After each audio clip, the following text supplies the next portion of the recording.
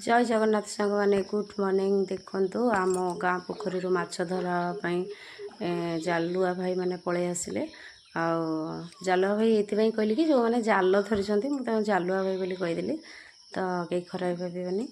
तो आम गाँ पोखरी आज माछ धरा हम। चलतु यहाँ हूँ सकाल 5:15 कि 5:10 भितर बोधे भिड़ो। आउ देखु कौ भाया कोईली कु कु होती चढ़ई मैंने भी उठेला। प्रायतः आम गाँ लोक आसिया ना एवं जस्ट जड़े जड़े आसिले। तो देखो जेहेतु गोटे बड़ पोखरी जालुआ भाई मैंने सेपटे किसी जापटे किसी जाइए मझे मझे जो जाल लाखी जाए तो मझे जाल एमुंडू से मुंड माने गाड़िया एपट सेपट दुई पटरू दुई लोक सेपटे किसी भिड़ती आउटे किसी भिड़ती मझी जाल भी मझे मझे जा भिड़ती। तो किसी लोक न साहाय्य कले जल्दी भिड़ी हुए। तो चलतु आगे आमर माछ केम धरा हो देखा। आईटा दीदी मो भिडियो करके आनी। चलतु देखा। तो ये मझे जाल लगिगला। तो जड़े भाई जाइछन्ति जाल को टेकियापाई। तो जाल न टेकिले जाल आगू जीवनी। आदि किसी लगी जाए खुंटा खुंटा लगी जाए ताले जाल चिरीज से भाई जनक से भितर को गले आ जाल टेकिक आसिले। चलते जा आगू देखा।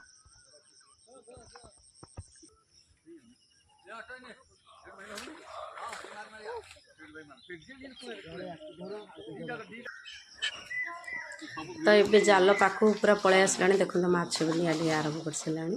आती छोट माछ बाहर भाई मैंने सब बाहर कर दिखती गाड़िया भितर को। तो आती बड़ माछ बाहर सब बस्तार भरी करके सेपट को लेकिन जी। देखिए माछ। तो ये भाई जनक हाई कला बोधे जानी कि कौन मुझे जानी।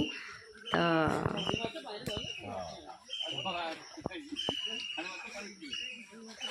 डुडू सब जाक भिडियो करके आनी माछ धरवा लास्ट जाए। तो आपण मैंने देखु पूरा मजा आसी भिडियो। कहीं गाँ गहली भिडियो प्रायतः गाँ गहली लोक मैंने ही एंजॉय करमतिका सहर में लोक मैंने केमती गाँ पोखरी माछ धरवा कि ये व्यू के देखी नथिबे। तो मो भिडियोटी लास्ट पर्यंत देखा अनुरोध।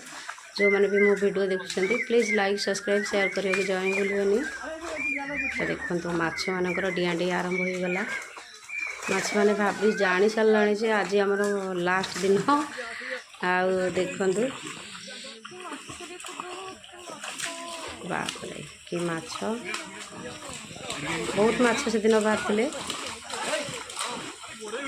तो टिके डेरी रे वीडियो मैं अपलोड करुँची।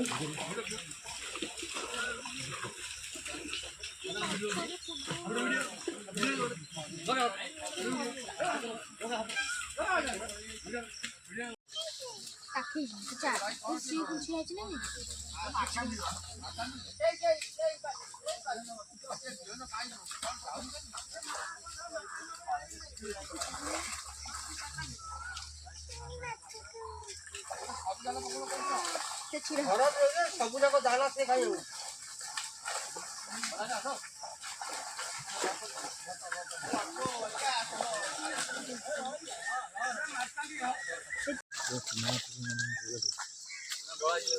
ना ना ढाल ना गोटे अखारे भाई भर्ती कर बाल्टी आने पड़ो। बाल्टी गोटे नहीं आस ना ना बाल्टी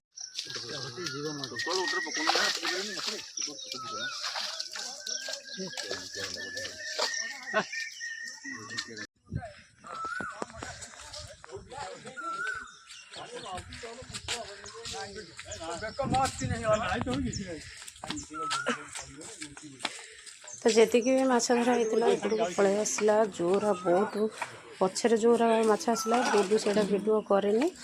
तो आम गाँव मुख्य लोक मैंने तो ये माछ आसूँ पचर बहुत सारा माछ आसाला। तो डुडूर ट्यूशन टाइम ये से पलि आसला। तो कौन देखो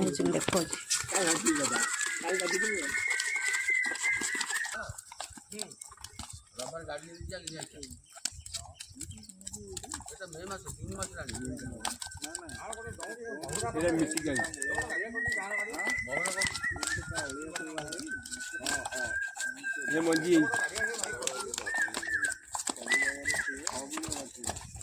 ये सब दिखिले आ बिने जो दिखिले किले एटा ତ ଆମର ପଳେଇ ଆସିଲା ମାଛ ଗାଁ ପୋଖରୀରୁ ଏତିକି ଚୁନା ମାଛ ଆସିଛି ଆଉ ଏ ଦିଟା ବଡ ମାଛ ଆସିଛି।